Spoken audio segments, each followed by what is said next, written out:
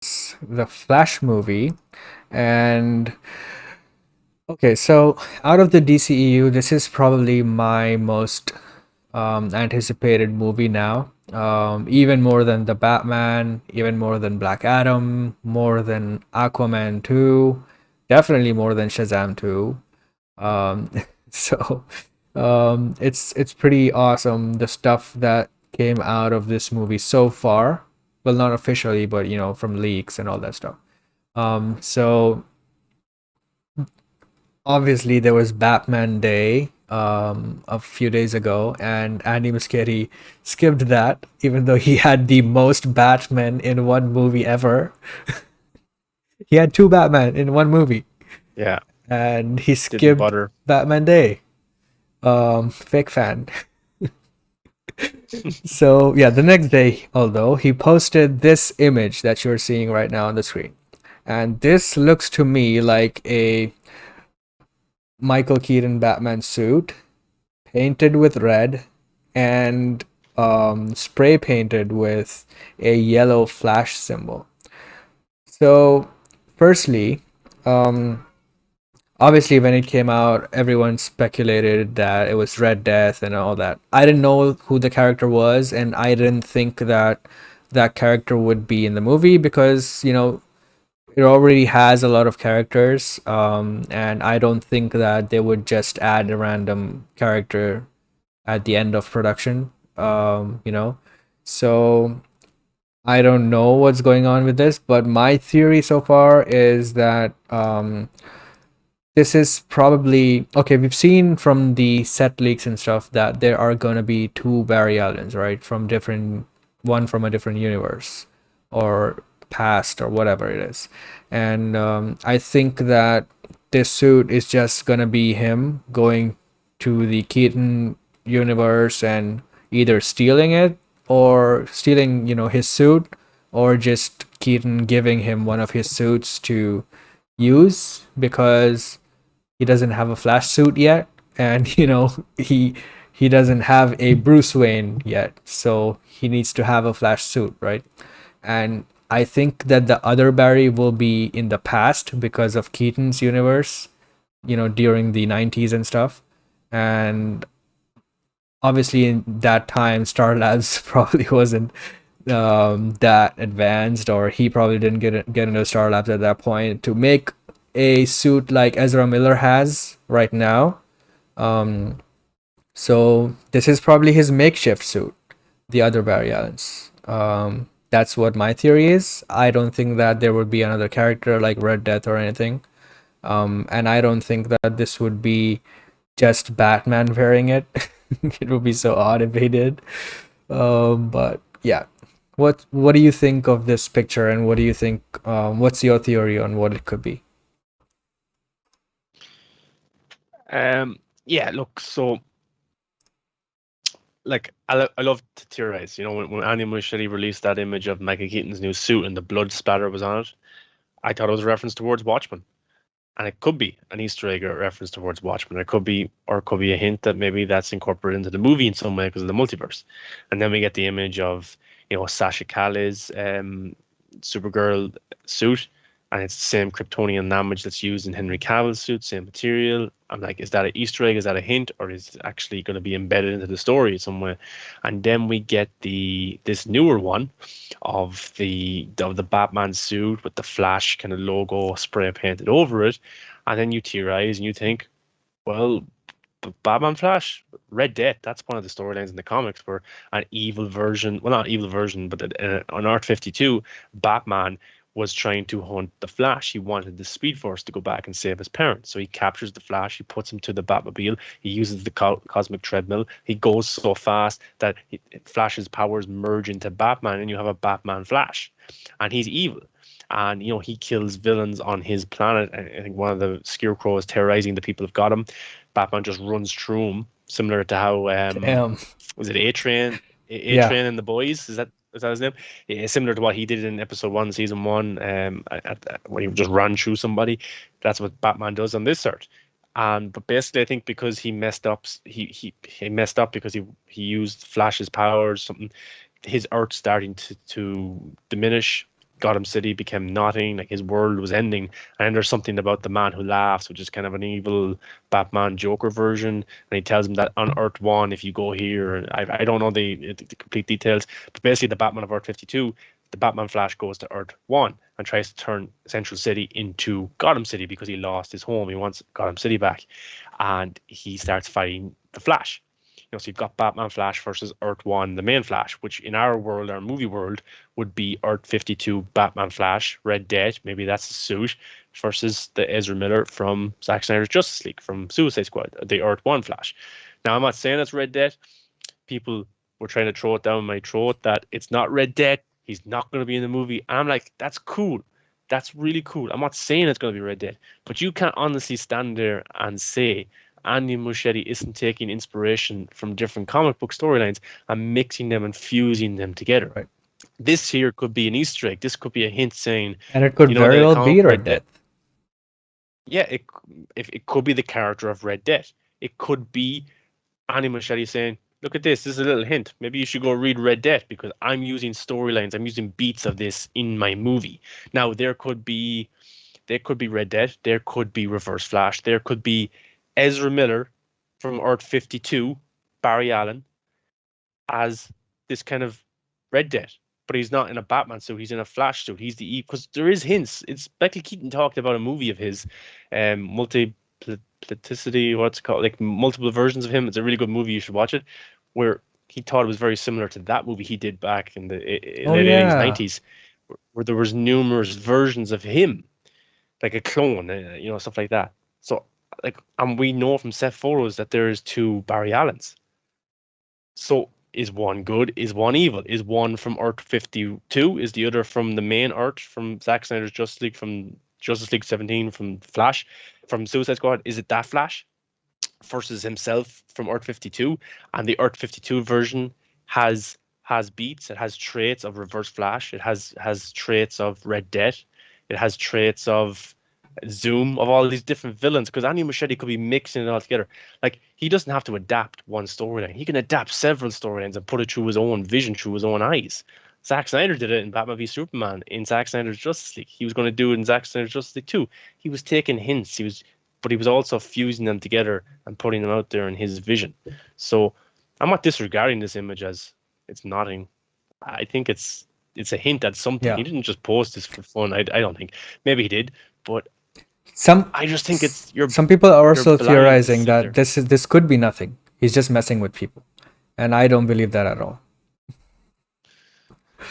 Like, why go through this whole work, take a picture, and post it in the similar style of the other character poster that he posted till now?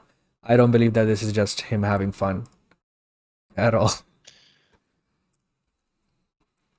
Like, it's a very blinded mentality to think that Andy Muschietti can't take storylines from different comics, from different creators, and goes, oh, I like that thing always there. happens. I like that thing there. I like that thing there. And mix them all together in one movie. That's every single comic book movie ever. Marvel all also. the Marvel movies do it. They do it so much. They take different things, they switch it up, they add new elements to it, they switch up the storyline. There's nothing wrong with that. That's what's cool. Like, we actually got the shot of Bane from the comics where he breaks Batman's back in The Dark Knight Exactly. Rises. But it wasn't an adaptation of that comic book. It was in Christopher Nolan's eyes. It was in this greater story to his. The Joker was similar as well. Like, it's... I bet you can dissect the Flash movie and you could say, oh, that's from comic such and such. That's from comic and such I bet such. some will be That's from Flashpoint. Exactly. So yeah, dude, I'm very, very excited for this. I cannot wait to see this because of everything that's in it. I'm hearing that a lot of different Justice League members could also be in it. This was also, written in one of the articles about this movie. They mentioned that other Justice League members could be in it, and other people are also saying that. And I think it is, very exciting to be this, a DC fan, because look, we know what happened with this movie. We know what happened with Cyborg and Ray Fisher, And despite that, there's another thing that was bringing down some of the DCU properties. It was that they were so hell bent on not having this as a shared universe, and they always just made solo movies that didn't connect with the larger universe or other characters and stuff. They had, vague references or different actors or that kind of bullshit, which just was very frustrating to me. And now it seems like they are getting back to the shared cinematic universe experience and getting back some of the actors. We've seen Batgirl. The show has, brought back J.K. Simmons.